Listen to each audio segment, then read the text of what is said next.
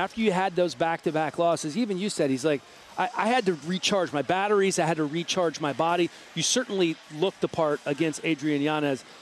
Fair to say, going into this one, this is the biggest fight of your career, chance to move into the top 5, potential title shot? 100%, man.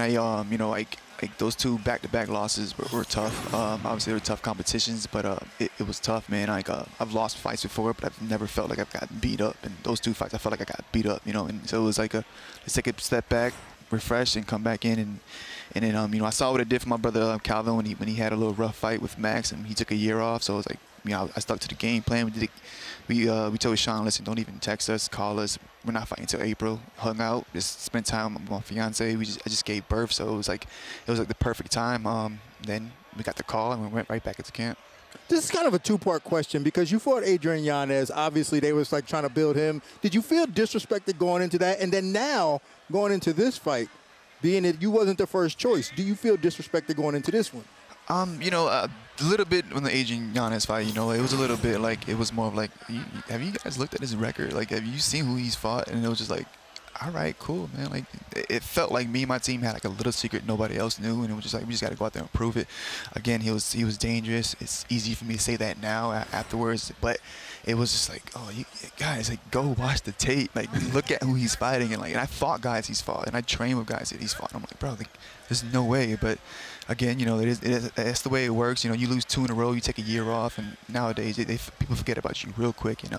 And with this fight, is like, I would just say I think Cory's just that good. Cory's just that good. He's smooth. He's slick. He's only lost to like the champs. So it's easy to kind of look past me again. But again, it's going to go out there and shock the world again. Does a fight with Cory Sandhagen, does it give you those like butterflies in your stomach that maybe you don't have with a guy like Adrian Yanez because you guys know the secret that no one else sees? Does it give you that little bit of fire? Yeah, 100%. Like he's well-rounded. He puts it all together really slick, and but I don't think he has that same pop Adrian did, or even the guy I was supposed to fight, Song Yudong. I don't think he has that same pop, which is a little like, all right, cool. He can stay in the pocket a little longer, but he's tricky. He might out of nowhere throw a knee. He might spin. So I can't just get greedy and stay there too long. So I got to be on point. I'm gonna have to stay real focused for the whole 25 if it lasts that long. Everything sets up. That jab sets up everything for you, doesn't it? Yeah, man. It's basic. It might be boring, but like once I get that thing going, I mess up people's rhythm.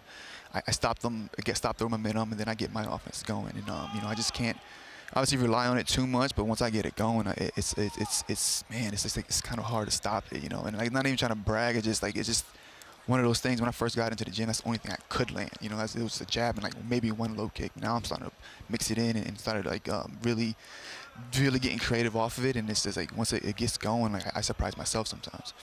This fight seemed like a no-brainer for you, but you were fighting at home on a pay-per-view card. Walk us through the process when they asked you and how long it took you to make that decision. Man, we sat down with the team, figured out, we did the pros and cons list and all that, and it was just like, forget Boston. We're going to Nashville.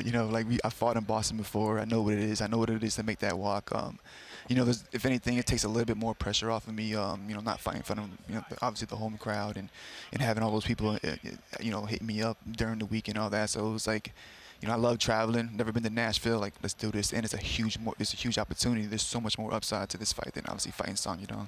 So from a technical perspective, between you and Tyson, your coach Tyson Chartier, how was the transition going from, okay, we're fighting Song, a power puncher who's coming forward, to such an anomaly of a fighter who likes to move a lot? Yeah, so it was more like getting used to that body type, the length, the height.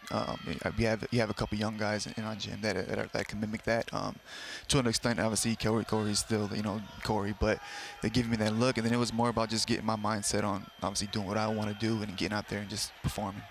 So you go out here and it all goes your way, and then you get that microphone, Saturday night. Does this move you, in your opinion, right into title contention for the winner of O'Malley and Aljamain Sterling? I believe so. Man. It's going to be in Boston, too, so I'm obviously going to be there, And, I get out there, not just to win. If I get a finish, I'm definitely calling for that title shot. I can picture it now. If you get the win, you're going to be sitting in the crowd. The camera's going to be on you.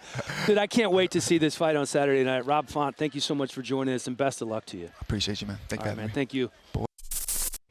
Thank you for watching ESPN on YouTube. For live streaming sports and premium content, subscribe to ESPN+.